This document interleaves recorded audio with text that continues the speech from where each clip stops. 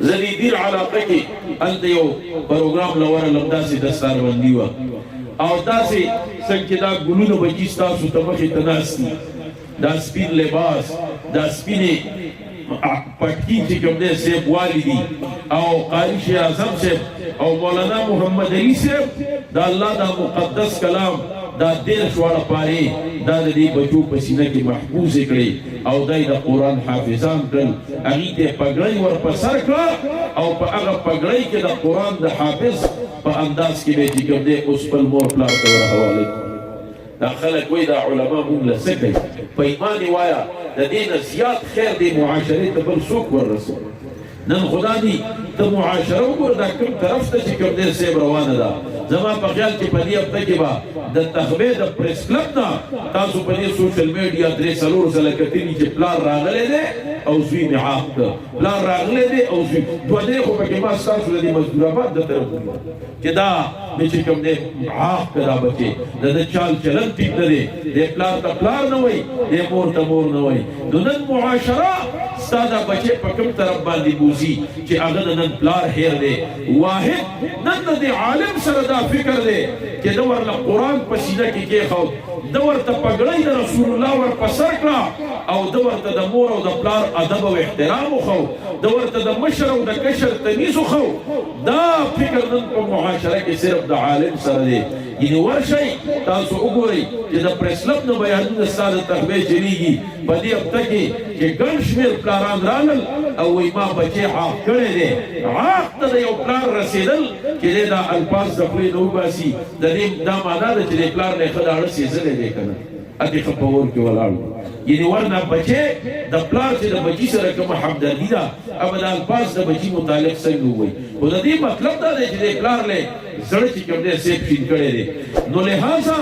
محترمو عزیزانو زمونږ او د تاسو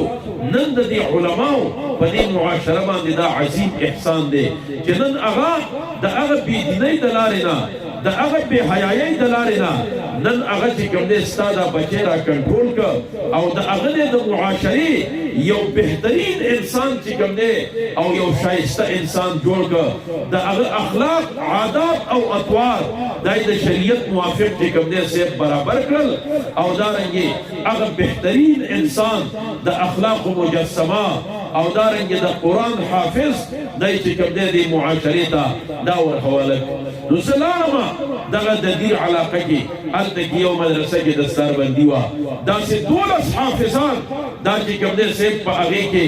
د هغه حافظ قرآن سره په هغه مدرسه کې چې کوم دی صاحب دا تیار شوي او هغه جومات کې هغه یو عظیمه اجتماع چې کوم دی وکړه په هغه عظیمه اجتماع کې د هغه ماشومانو بچو د هغې چې کوم دی صاحب دستاربندي وشوه او هغې کې لوی لوی شیوخ او دارنګې لوی لوی علما دا چې کوم دی په هغه اجتماع کې دا موجودو او بیا هغه دستاربندي چې وشوه او هغه اجتماع چې هغه چې کوم دی صاحب وشوه نو د هغې نه پس بیا هغه علماو له هغې چې کوم دی دعوت کړی و روټۍ کړې وه چې هغه کوم د روټۍ ځای ته مونږ بوتلو نو هغه ځای چې کوم دی صاحب ډېر ګډوډ و یو سړه غوندې کچه کوټه وه او دارنګې بېکاره دیوالونه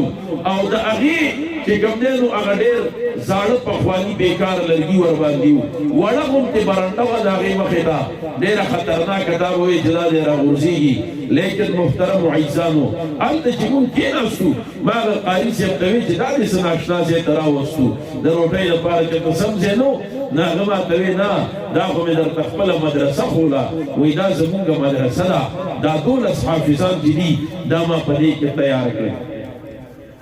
نو ما ورته وایي چې دا خدای خبر د کومې زمانې د آدم علیه السلام د ټیم لکه دا د کوم وخت کوټه ده نور د کلیو باندې ټیک دي او دا وړه څښا کوټه ده دا تنګ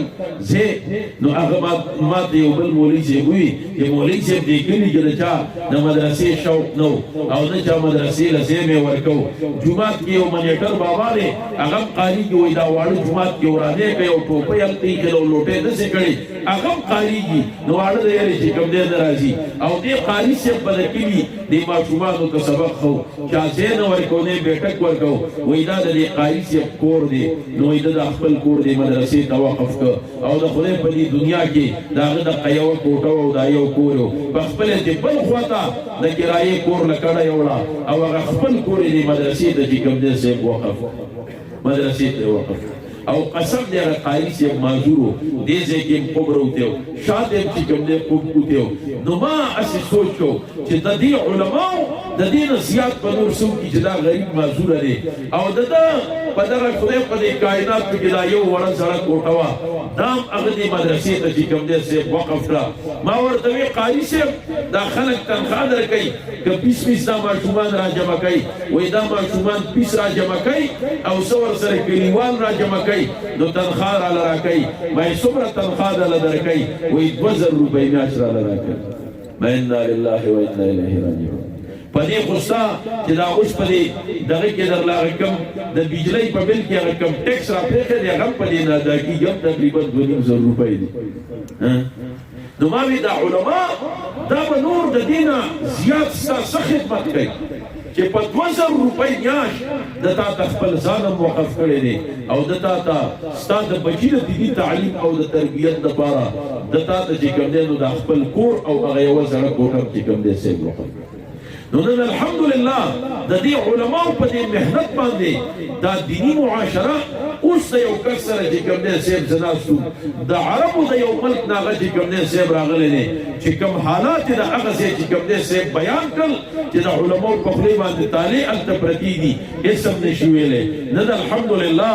دا د دغه علماو برکت دی چې دا دینی اجتماعات تاسو وینئ دا جوماتونه خپل آباد وینئ دا خپل علما په حق وینا باندې ګویان وینئ دا مدارس آباد وینئ دا د تبلیغ مرکزونه آباد وینئ دا خپل خانقاهونه آباد وینئ دا د بچو په سر باندې دا اسلامي پګړۍ وینئ او دارنګې چې کوم دی دا اسلامي لباس وینئ ورنه پرون هم دا د تحفې ته د مصر هغه عظیم قاریان راغلي چې د هغوی په تلاوت کافر مسلمانېږي لیکن په مخ باندې به یې ګیره نه وه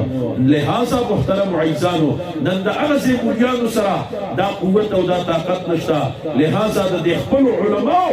مرسته او ملګرتیا چې کوم دی صاحب وکئ په هر میدان کې د دوی په شا باندې ودرېږئ او دا څومره شعبې د دین اسلام چې دا زموږ ستا په دې ملک کې ودانې او آبادې دي لهذا د هغې ټولو دپاره منبع او د هغې دپاره مرکز او سرچشمه دا دیني مدرسه ده نن که دا مرکز په کومو علماو باندې آباد دی دا علما د مدرسې پیداوار دی نن که دا خانقاهونه دا په کومو علماو باندې آباد دي دا د مدرسې پیداوار دی نن که محترمو عیزانو دې دیني مدارسو په برکت ستا د محلي جوماتونه چې کوم دی آباد دي عالم او قاري او حافظ دی هلته کېنولی دی نن الحمدلله د دغې مدرسو په برکت باندې دوی چوکیداران لېږلي د خپل ځان دپاره دی سیاسي میدان ته د هغې سیاسي علماو په برکت باندې نن زه ډېر په اسانه مدرسه چلوم هغې کې محنت کوم نن زه جومات کې په آزاده باندې اظهار رای دا د هغې چوکیدار په برکت باندې کولی شم نن د هغه په برکت زما الحمدلله مرکز هم محفوظ دی د امیر صاحب کلم کلو ده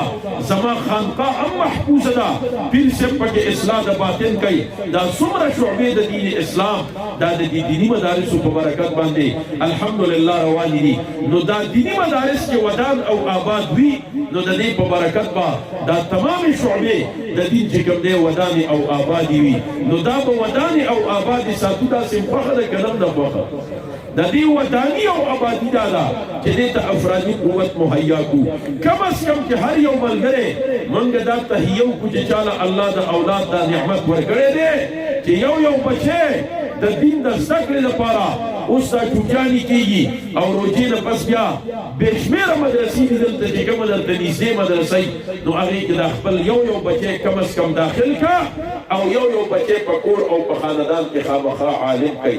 دویمه دا ده چې د زنانو مدرسې دا په خوا کې درته دي نو کم از کم په یو کور کې یو زنانه عالمه دا خامخا تاسو پیدا کړئ چې زنانه عالمه دا په کور کې رااله نو چې څومره زنانه اولاد په هغه کور کې راځي د هغې تربیت دا به چې کوم دی د شریعت موافق روان وي د هغې حیا او پرده دا به د شریعت موافق وي چې یو هلک په کور کې عالم شه نو اوس چې څومره نوجوان نسل په هغه کور کې را روان دی الحمدلله د هغې تربیت به د هغه عالم په وجه باندې چې کوم دی الحمدلله دا به برابریږي نو یو مطالبه دا د تاسو نه دا ده چې دا مدارس ودان او آباد ساتل په دغه طریقه باندې چې موږ او تاسو هغې ته افرادي قوت چې کوم دی دا مهیا